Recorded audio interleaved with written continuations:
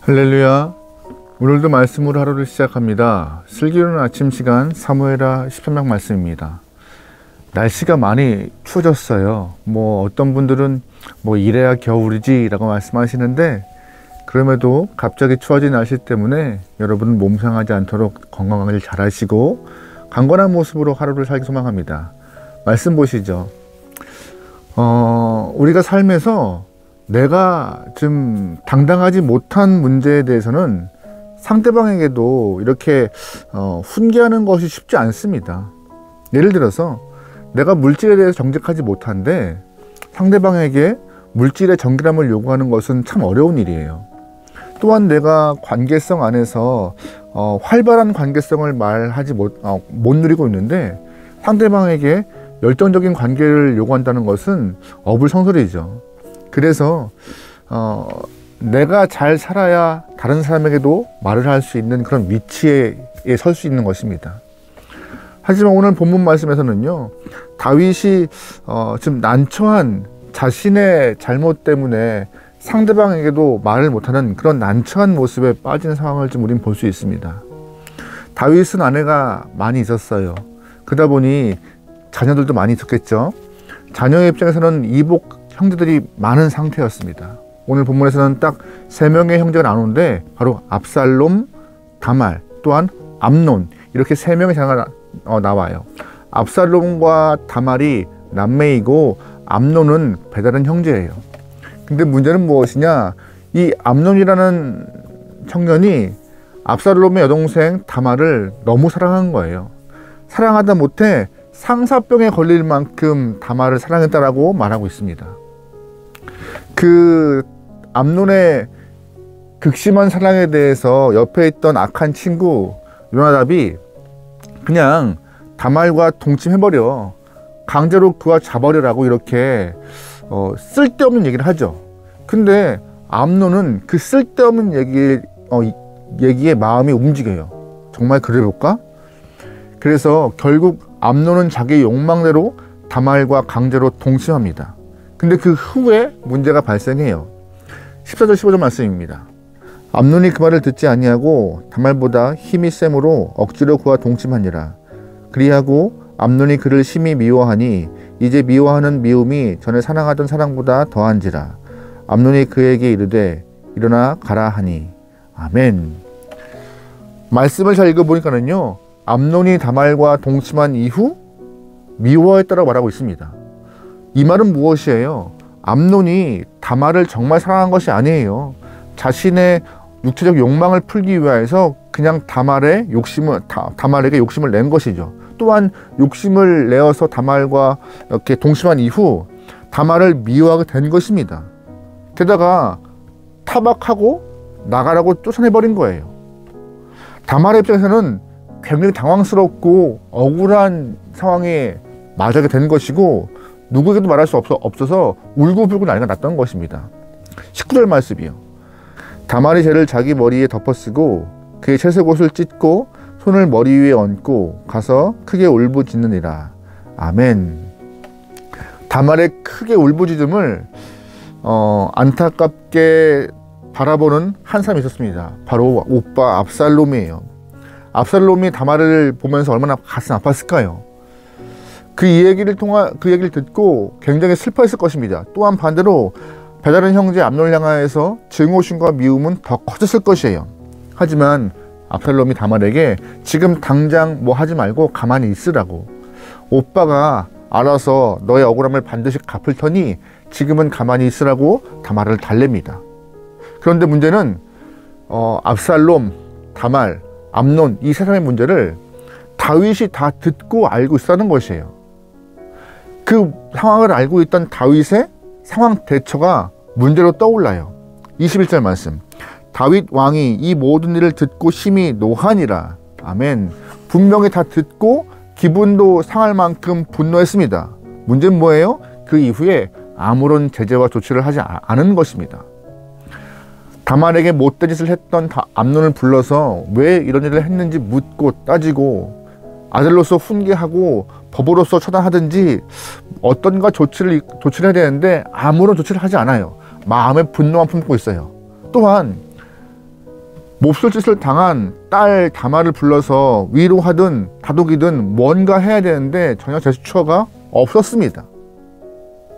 왜 다윗은 화만 냈을까요? 아무런 조치를 취하지 않고 왜 감정적 분노만 일어냈을까요? 그 이유는 자신이 따뜻하지 못한 문제가 있었기 때문이죠. 우린 다 알아요. 다윗과 밧세바의 문제를 통하여서 다윗이 얼마나 고통스러웠고 괴로워했고, 또한 나라와 민족 앞에, 자녀들 앞에 면이 안 서는 상황인지, 자신이 면이 안 서다 보니 자유롭게 따뜻하게 당당하게 자녀들에게 그 문제에 대해서 훈계를 할 수 없고 꼬집을 수 없고 말할 수가 없는 위치가 된 것이죠. 부모로서 자유롭게 말할 수 없는 다윗의 모습을 본문에서 보게 돼요. 아주 큰 약점을 잡히게 된 것이죠. 오히려 민망하고 불편하니까 애써 외면한 것입니다. 가슴은 분노에 차지만 그냥 모른 척 했던 것이죠. 이래서 리더가 정말 어려운 것 같아요.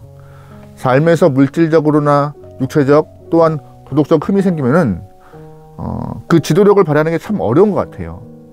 리더가 되기 위해서 바르고 정한 모습으로 사람들에게 목표를 제시하고 또한 끌어가야 하고, 흠결 없음을 통하여서 지도력을 더 배가시키게 되는데, 이렇게 육체적인 문제가 발생하는 순간 리더로서의 영향력이 확 주는 것을 우리는 알 수 있습니다.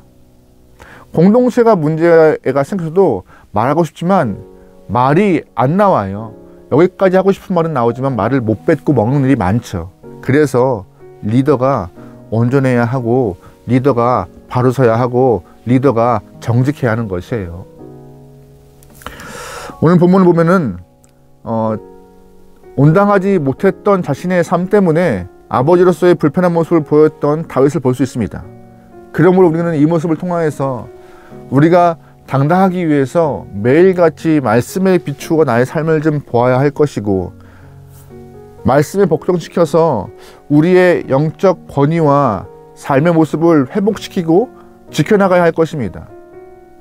내 욕망과 내 마음대로 삶을 살아가다 보면 우리의 모습은요, 다른 사람에게, 우리 가정에게, 또한 우리 아이들에게 있는 공동체 안에서 권위를 잃어버릴 수밖에 없습니다. 여러분, 말씀에 비추어서 진리 안에 거하시기 소망합니다. 진리 안에서 자유로워서 하나님의 마음을 표현할 수 있는 당당함이 있기 소망합니다. 성도임에도 하나님의 말씀을 당당히 못 드러내고, 그리스도인임에게도 사랑을 드러낼 수 없을 만큼 내 삶이 온당하지 못하면요, 주 앞에 회개하는 게 맞아요. 회개해야 되는 것이죠. 오늘 본문에 또 하나의 문제가 발생해요. 무슨 문제인지 아세요? 다윗이 죄책감에 아주 시달리고 있다는 것이에요. 잘못을 했으면 죄책감 필요하죠. 하지만 우리는 어제 그제 계속 보는 말씀 중에 다윗이 자신의 잘못을 주님이 보내신 선지자를 통하여서 깨닫게 허락하시고 회개하게 허락하셨습니다. 회개했어요. 눈물로 회개하고 용서함 받고, 또 하나님은 다윗과 그 후손들에게 책임을 다 물었어요. 너희 집에 칼이 끊이지 않을 것이며 너희 안사람들이 낮에 욕보임을 당할 것이고 밧세바와 나는 아이가 죽을 것이다. 다윗은 그 모든 죄에 대한 책임을 다 본인이 지고, 또한 그 일을 다 본인이 안고 있었습니다. 용서함 받고요. 이미 끝난 것이에요. 하나님과의 관계 안에서 이미 끝난 일. 그런데 끝났으면 암논과 다말의 문제에 개입하여서 가부를 이야기해주고 옳고 그름을 말해주고 훈계하고 혼내고 바른 길로 인도하는, 나는 그랬지만 너는 그러면 안 된다는 것을 말하는 그런 모습이 있어야 하지만 그렇게 못하는 모습이 드러나요. 하단마귀가 이렇게 우리의 마음을 자극해요. 너도 못했으면서 무슨 말을 해? 잠잠해. 가만히 있어. 너도 깨끗하지 못한데 에이, 입을 열어 뭐하니? 그냥 있어. 이렇게 자꾸 우리의 과거의 잘못들을 떠올리며 죄가 계속 남아있다라고 잘못된 생각을 주입시켜요. 하지만 우리는 말씀 안에서 주 앞에 주의 은혜를 믿고 십자가의 보혈을 의지하여 회개하고 용서함 받았습니다. 용서함 받고 죄에 대해서 자유함을 누렸으면 과거를 반성 삼아 현재와 미래는 조금 더 말씀에 가까이 살 수 있는 거룩하고 존귀한 모습으로 바뀌어야 하는 것이에요. 그래서 말할 수 있는 것이에요. 나도 과거에 그랬지만 지금은 말씀에, 지금은 은혜 가운데 이렇게 살고 있다. 그래서 말할 수 있는 것이야. 그러면 안 돼, 이렇게. 근데 다윗은 과거에 매여서 분명히 본인이 용서받고 죄에 대한 책임도 다 졌음에도 말도 못하고 있어요. 그만큼 죄가 무서운 것이에요. 한번 죄의 속성에 걸리면은 이렇게 죄에 발목 잡히면은요, 어떻게 헤어나올 수가 없는 것입니다. 잘 보시면 다윗이 이렇게 죄의 속성에 발목 잡혀 있을 때, 또한 분노가 있었지만 아무런 행동하지 않았을 때, 압살롬은 2년 동안 이 안에 차근차근 분노를 쌓아서 결국 암논을 모든 왕자 앞에서 죽이는 참극이 벌어져요. 다윗이 조금 더 일찍 개입했으면, 방관하지 않고 개입하여서 훈계하고 징계하고 또한 위로하고 했으면 가정 안에 형제끼리 칼부림과 살인은 없었을 텐데 안타까움이 발생합니다. 결국 이 모든 일은요, 다윗이 자초한 일이에요. 그럼에도 오늘 우리가 이 모습을 보면서 꼭 기억할 것은 우리 또한 흠결이 있어요. 왜 흠결이 없어요? 완벽한 인간은 없습니다. 하지만 완벽하지 않음에 하나님의 은혜가 필요한 것이고, 완벽하지 못한 문제에 대해서 주 앞에 내려놓고 기도하는 것이고, 하나님이 함께 하심으로 완벽해지기 위하여서 온전함과 거룩함으로 무장하기 위해서 애쓰는 것이고, 말씀에 가까이 가는 것이고요. 여러분, 그러기에 언제나 내 삶에서 회개할 것이 있으면 지체하지 말고 주 앞에 나가서 회개하십시오. 예수의 보혈을 의지하고 회개하여서 용서함 받고, 또한 말씀 안에서 우리의 영적 권위를 회복시켜서 성도로서의, 또한 먼저 믿음을 가진 자로서의 모습을 잘 유지하기 소망합니다. 그래야 우리의 삶이 온전하게, 거룩하게, 성결하게 되어가는 것이에요. 여러분, 그러기에 오늘 하루 여러분의 삶에서, 일터에서, 관계 안에서 우리의 말과 마음과 행동의 모습을 관찰하여서 잘못된 부분들은 주 앞에 용서함을 구하고, 또한 말씀에 기준되어서 변화시켜 하나님이 원하시는 성도의 모습과 그리스도인의 모습을 회복하고 영적 권위를 회복시킬 수 있는 저와 여러분들의 삶이 좀 좋겠습니다. 이름만 성도가 아니라 정말 성도다운 성도, 이렇게 할 수 있는 성도가 되기를 주의로 축원합니다. 기도하시겠습니다. 하나님, 각자의 삶에서 이 모양 저 모양, 또한 알게 모르게 지어지는 많은 죄악들이 있습니다. 숨기지 않게 허락하시고 주님께 기도하여서 용서함 받기 원합니다. 예수의 보혈로 정결하게 되어 주 앞에 바로 쓰기 원하고, 또한 그 이후 말씀으로 무장하여 그리스도인답게, 성도답게 이름값할 수 있고 영적 권위를 회복할 수 있는 영혼들이 허락하소서. 하나님, 우리의 기준이 어디에 있습니까? 모든 성도가 말씀의 기준을 두고 살아갈 수 있는 주님의 귀한 영혼들이 허락하소서. 오늘 하루를 맡기오며 예수님의 이름으로 기도합니다. 아멘.